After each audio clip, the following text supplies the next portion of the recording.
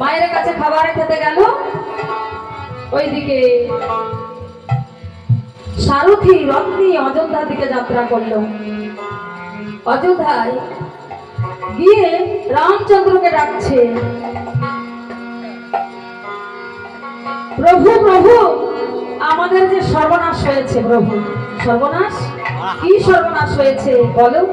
প্রভু, আপনার যজ্ঞের অশ্ব নিয়ে আমরা চতুর্দিন ভ্রমণে পাঠিয়েছিলাম, গিয়েছিলাম, 3টি দিন জয়লাভ করি ওই দক্ষিণ দেশে এক বনের ভিতরে আপনার যজ্ঞের অশ্ব ছোট ছোট 2টি বালকের হস্তে বন্ধন হয়েছিল।